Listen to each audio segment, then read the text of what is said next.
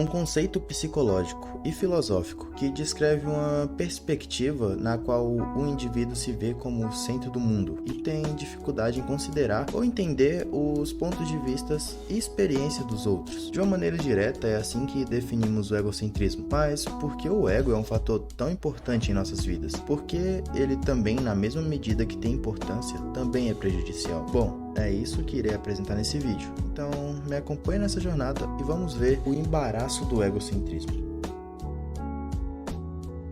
O egocentrismo se desenvolve através de vários estágios ao longo do ciclo da vida, desde a infância até a vida adulta. Quando criança, o egocentrismo é visto como uma maneira de egoísmo. Afinal, é muito difícil encontrar uma criança que goste de dividir seus brinquedos, mas, claro, sempre gosta de brincar com o brinquedo alheio. Crianças que desenvolvem ou criam um ego muito inflado acabam querendo exercer suas vontades aos demais. Afinal, sua vontade tem que ser atendida e só ela importa. Quando falamos de crianças, conseguimos até que relevar isso, mas o fato é que, se não ensinado da maneira correta, a criança acaba levando isso para a fase jovem da vida e, porventura, para a fase adulta também. Existe uma coisa chamada estágio pré-operatório, que foi descrita por Jean Piaget, que foi, na verdade, nem sei se assim se fala o nome dele, mas enfim, que foi um biólogo e psicólogo suíço. Piaget diz que as crianças pequenas têm dificuldade em adotar perspectivas diferentes das próprias e frequentemente assumem que todos compartilham seus pensamentos e sentimentos. Vou dar uma leve explicação sobre o que é o estágio pré-operatório. Para quem não sabe o que é,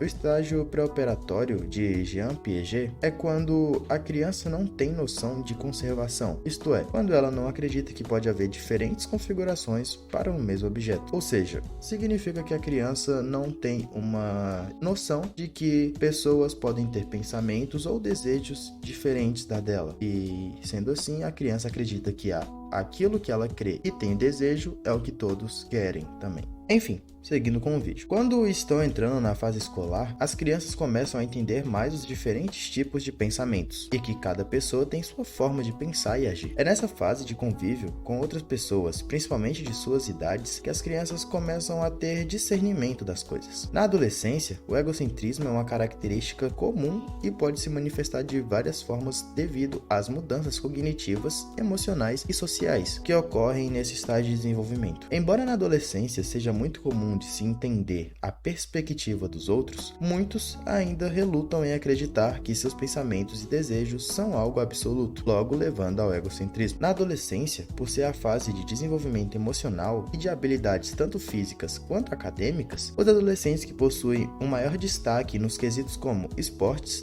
testes escolares, controle emocional e físicos tendem a ser mais egocêntricos, pelo fato de se acharem superiores aos outros, ou pelo simples fato do pensamento de se eu consigo, é dever deles conseguirem também. Na fase adulta, as coisas já ocorrem de maneira mais diferente. Afinal, se trata de pessoas, de uma certa maneira, desenvolvidas, então tudo aquilo que ela é e sua maneira de agir é um reflexo dos acontecimentos de suas vidas. E o ego inflado de muitas pessoas é algo prejudicial na vida adulta, muito mais do que parece. Pontos principais, como seu comportamento no meio social de trabalho, familiar, esportivo ou até mesmo pessoal, são pontos afetados diretamente. Quando uma pessoa deixa de se importar com os quereres da maioria e só se preocupa com suas próprias vontades, ela acaba prejudicando os outros ao seu redor. E assim como ela também se auto-prejudica. No meio em que trabalha, pode ser prejudicial pela pessoa querer agir de maneira sozinha, acreditando que faz o trabalho melhor que os outros e sem fazer uma consulta breve aos demais, fazendo com que as pessoas dali comecem a ter uma visão ruim daquela pessoa e assim a excluindo de, sei lá, uma possível festa de final de ano. No meio familiar, as coisas são bem mais difíceis, afinal estamos lidando com pessoas que te amam, e o jeito de agir com total individualismo, impondo suas vontades e querendo que as coisas aconteçam somente do seu jeito, acaba fazendo com que os membros da sua família te julguem ou fiquem pé atrás de confiar em você para algo. Afinal, ninguém quer alguém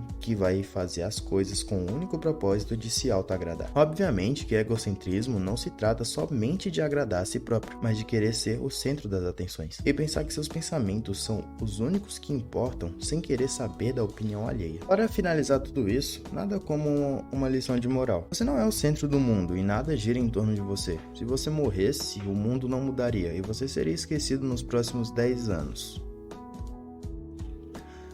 Brincadeira, não é essa a lição de moral, tá? Então, vamos lá pra verdadeira aqui. Lembre-se que as pessoas possuem pensamentos diferentes dos seus. Zele por essa diferença. Ninguém tem a obrigação de concordar com a sua visão ou ideia sobre algo. Dê valor às pessoas que estão querendo abrir seus olhos para isso. Não tem nada mais desconfortável para as pessoas do que alguém que só sabe falar sobre si e que empurra nos outros sua maneira de pensar, como se fosse uma vontade universal e única. Enfim, todo mundo com a sua opinião evite ser egocêntrico para que não se arrependa de perder pessoas por seu egoísmo. E, enfim, segue a vida e senhor a caixa aqui. E isso é tudo.